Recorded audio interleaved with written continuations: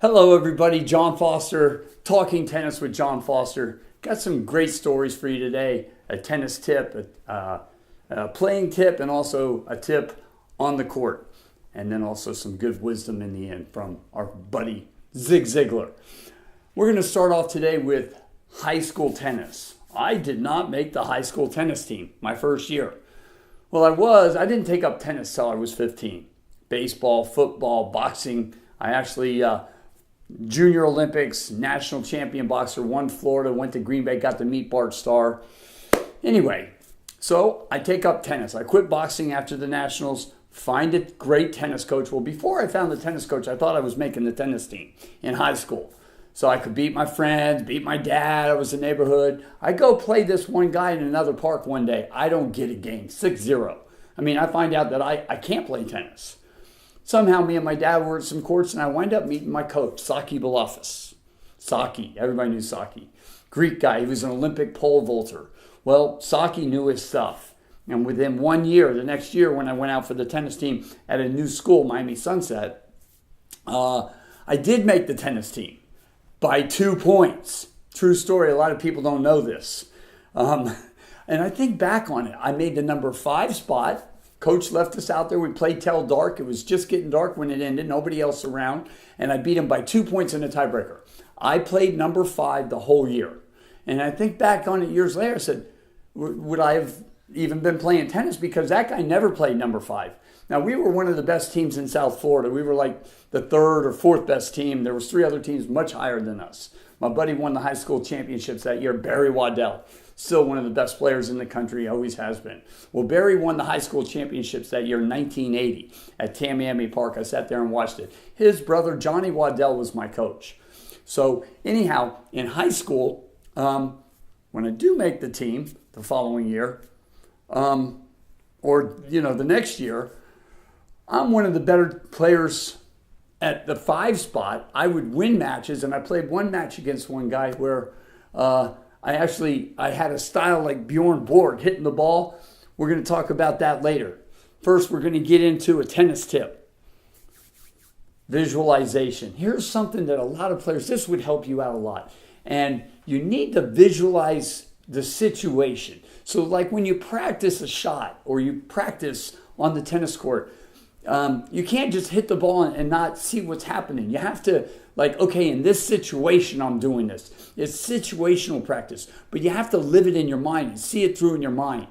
I did work for Chris Everett for a long time, or not a long time, a year or so. Talk about somebody that used to intimidate me. Now I'm pretty comfortable. I can stand there. It took a long time, but I couldn't even feed the tennis ball. She didn't know. She'd be walking by. Ugh. But I'm over that now. Chris is a great person, very friendly to be with. When I was working for Chris, she had, and I read this about her, she didn't tell me this, but she used to be able to visualize a whole match. I can't do that. So I want to just lay out there for you how sometimes people like Chrissy I heard this, it wasn't confirmed from her, that she could visualize every point through a whole match that she had to play. I couldn't do that, but I could visualize a whole tournament, which I've done before, where I saw myself winning the tournament. I saw the first round, second round, saw what I was doing all day Saturday, all day Sunday, and I had the whole thing visualized out and did it. I've done that a couple times so that's something I could do, but it's different than visualizing a whole match. But I can visualize myself winning a match, but not every point. So everybody probably has a certain different level visualization. Study it, learn it, okay? All right, let's get into the second story, which I kind of started already. Playing that second match and 2 points. Well, years when, the last year, we were, like I said, the 3rd or 4th, and the team would lose, but I would win. And one time I was like 50 in the state, 80 in the state actually, playing a top 10 player, and he hooked me. And we're going to talk about game style right now. And this is very important, coaches. A lot of coaches coach what they do. And that's not a good coach. You can coach some of what you do, but you have to study many other styles and be able to figure out what style is that person. okay? And then coach that style, because you're not going to play your best tennis unless you bring out the best of what you do on the court. Your personality has to come out. If you're aggressive and fast, let me give you my example. My coach thought I was a great athlete, and he thought I'd be the next Bjorn Borg. So he gave me strokes like Bjorn Borg, all this topspin. Problem is, Bjorn Borg has the patience of a saint on the tennis court. John Foster has the patience of a fly. It took me 10 years to figure out my style. I'm more like an Edberg, serve and volley. Rafter, serve and volley, bing, bing. I'm happy, serve, finish, ace, serve, finish, volley, overhead, done, 1, 2, out. So it took me many years to finally realize what my game, too many actually.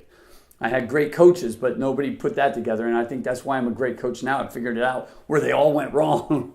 They had good pieces, but they didn't put it together. So anyhow, your game style has to fit your personality. Otherwise, now I've won matches that I didn't feel good about playing. I gotta play consistent to beat this guy because my game of 1-2 is not working.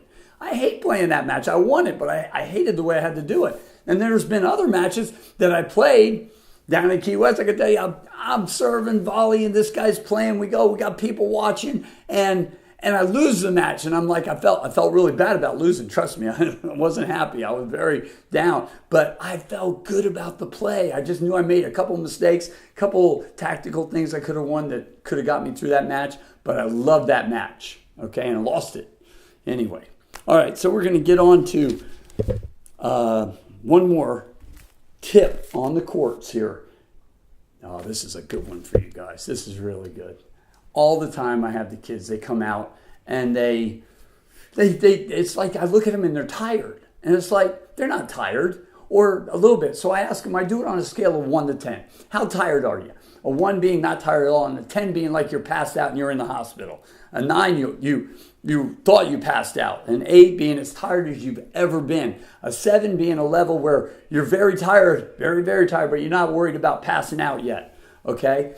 So, and it goes down the scale. So I always train, if I got a better player, I want them to get to I don't do it the first time out, but I want you to get to a 7 level and then be able to maintain that level for 10, 15 seconds and keep form. You got to be able to keep form when you get tired. And kids, the minute they get a little bit tired and go, how tired are you? I'm on a 4. And then they're stumbling around like they're at a 10 or an 8. It's ridiculous. You have to train. When you get tired, you have to keep your form. And that's what puts the glue on everything. And it makes so when you're tired, you're still operating on a high efficiency of fundamentals and good strokes, good swings, okay? When you get tired, you got to keep going. You'll watch pros all the time. They get tired. They're real tired in between points. When they play the point, they're not tired. At the end of the point, very tired. Can't even walk. During the point, it looks like I thought he was tired. No, he can operate like that. So you need to be able to operate like that. All right. We're going to get into our quote for today. Well, we don't have a quote. I have something from Zig Ziglar.